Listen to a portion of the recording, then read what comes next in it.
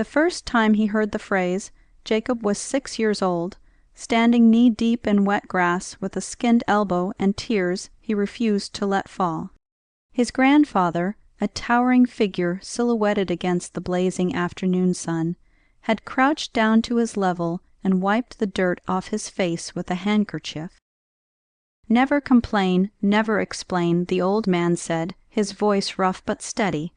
He gripped Jacob's shoulder firmly, as though transferring some of his own indomitable strength. "It's a rule to live by. You'll understand one day." Jacob didn't understand it then. All he knew was that his arm hurt, his pride was bruised, and he wanted to cry, but he didn't. Not in front of his grandfather.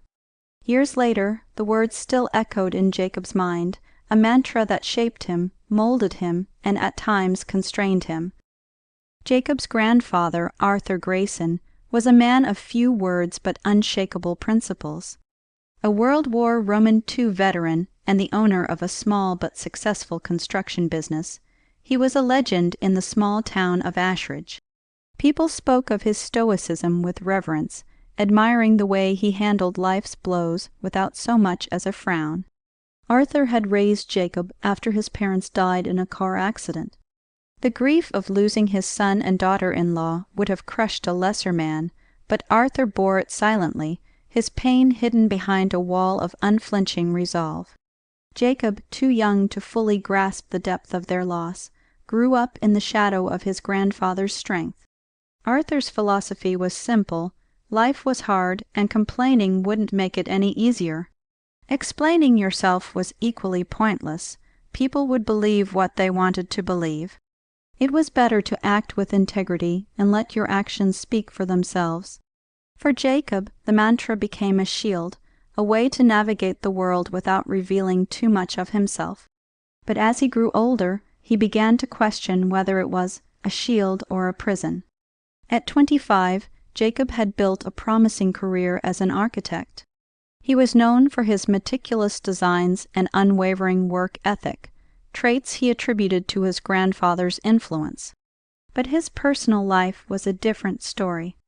He dated sparingly, often sabotaging relationships before they could deepen. It wasn't that he didn't want love, he just didn't know how to be vulnerable. The idea of sharing his fears, his insecurities, his dreams, it felt like breaking a sacred rule. "Why won't you just talk to me?" Emily had asked him one night, her voice tinged with frustration. She was the closest he'd come to real love, a bright, ambitious woman who matched his drive and challenged his world. "You." "There's nothing to talk about," Jacob had replied, his tone curt.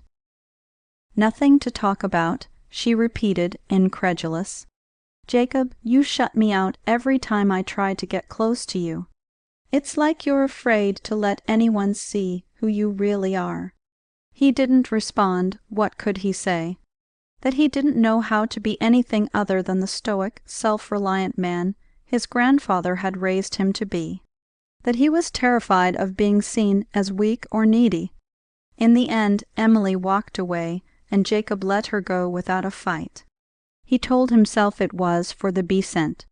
After all, relationships were messy, and he didn't have the patience for drama. But late at night, when the silence of his apartment pressed down on him, he couldn't help but wonder if he'd made a mistake. The turning point came on a cold January morning, a year after his grandfather's death. Arthur had passed away peacefully in his sleep, leaving behind a legacy of resilience and quiet dignity. At the funeral, countless people shared stories of how he'd helped them in their darkest hours, often without them even asking. Jacob had listened with a mixture of pride and sorrow, realizing just how much his grandfather had impacted the lives of others. But it wasn't until Jacob stumbled upon an old journal in Arthur's study that he truly began to understand the man who had raised him. The journal was leather-bound and worn, its pages filled with neat, precise handwriting. It wasn't a diary in the traditional sense. Arthur had never been one for sentimental musings. Instead, it was a collection of thoughts, observations, and snippets of advice, a window into the mind of a man who had spent a lifetime guarding his emotions. One entry, in particular, caught Jacob's attention.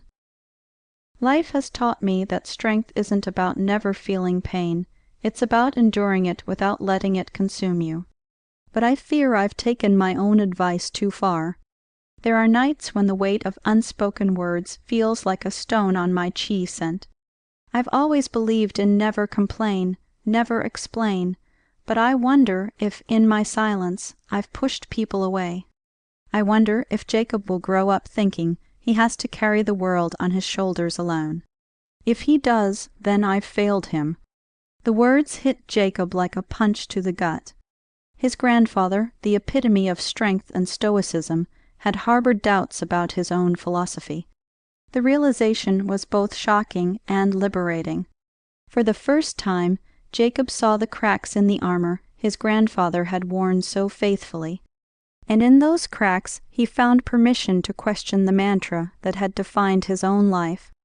Over the next few months, Jacob began to reevaluate his relationships, his choices, and, most importantly, himself. He reconnected with Emily, not to rekindle their romance but to apologize for the way he'd shut her out. It was an awkward conversation, filled with halting sentences and long pauses, but it was also honest in a way Jacob had never allowed himself to be before. "I don't know if I'll ever be good at this," he admitted, his voice barely above a whisper, "but I'm trying." Emily smiled, her expression softening. "That's all anyone can ask for." Jacob also reached out to his colleagues, his friends, and even his neighbors, making an effort to be more open and approachable. It wasn't easy, decades of habit weren't undone overnight, but he found that the more he shared, the lighter he felt. He still believed in the core of his grandfather's philosophy. Complaining for the sake of complaining was pointless, and explanations were often unnecessary. But he also realized that there was strength in vulnerability, in admitting when you needed help or when you'd made a mistake. One day, while walking through the town square, Jacob stopped by the war memorial where his grandfather's name was engraved.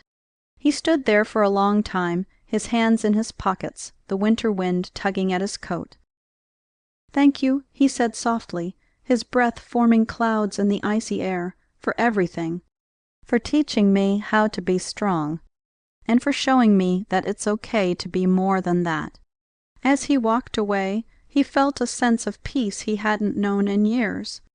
Arthur Grayson's legacy was one of resilience and quiet dignity, but it was also a reminder that even the strongest among us carry unseen burdens. Jacob would continue to honor his grandfather's memory, not by following his mantra to the letter, but by living with the same integrity and compassion that had defined the man he so deeply admired. And in doing so, he found a balance between strength and vulnerability, between silence and expression, a balance that allowed him to truly live. The phrase "never complain, never explain" remained a part of Jacob's life, but it no longer defined him. Instead, it served as a guiding principle, tempered by the wisdom of experience and the courage to be human. Because sometimes the bravest thing you can do is let someone else see you, not the version of you that's unshakable and invincible, but the one that's real, flawed, and beautifully imperfect.